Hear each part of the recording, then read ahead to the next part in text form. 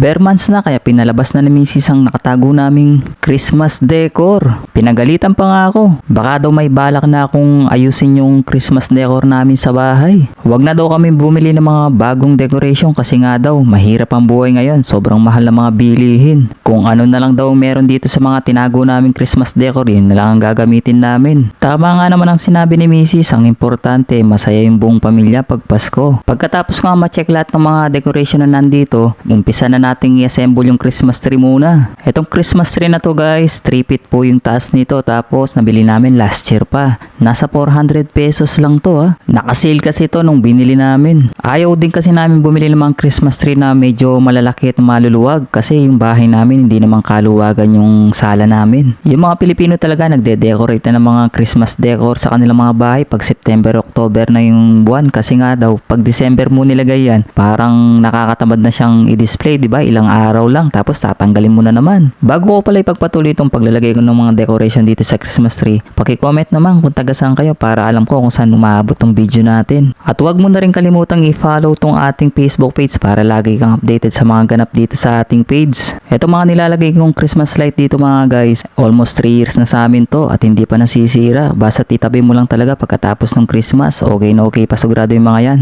Yung mga nakikita nyong dinidisplay kong decoration dito sa Christmas tree namin, halatang lumang style ng mga decoration to. Hindi tulad ng mga bagong decoration ngayon nakikita natin sa mga mall, di ba? Yung mga usong-usong Christmas tree nga ngayon, yung mga matatangkad na medyo slim yung datingan tapos umiilaw na sila kahit wala pang decoration. Tsaka na lang natin bili ng mga ganong klase ng mga Christmas tree pag kumikita na tayo. Kaya paki-supportan po yung aking page ha, at paki-like and share na rin. Malay natin pag kumita na tayo dito at makapagbigay tayo ng mga simpleng ayuda. Ito yung pinakagustong-gustong pinapadisenyo sa akin ng misis ko, yung hagdanan. Gusto niya may design yung hagdanan namin pag Pasko. Kahit na simpleng disenyo lang daw, okay na kay misis. Ang importante daw pag may dumating na bisita ay napipil nilang malapit na yung Pasko. Kasi pagbukas ng pinto namin dito sa aming sala, bumubungad lagi sa kanila yung harapan ng aming hagdanan. Pag medyo maayos na ulit tong bahay namin guys, ibablog ko para makita nyo yung kabuuan ng bahay namin. Dito guys, patapos na ako maglagay ng mga decoration dito sa hagdanan na natin. Malapit ko nang ipakita sa inyo yung ating natapos. O diba, laki nang naitipid namin dito pagdating sa pagde-decorate sa bahay namin dahil wala kaming ginastos dito. Last year pa yung mga design na to. Kaya heto na yung kinalabasan ng ating decoration.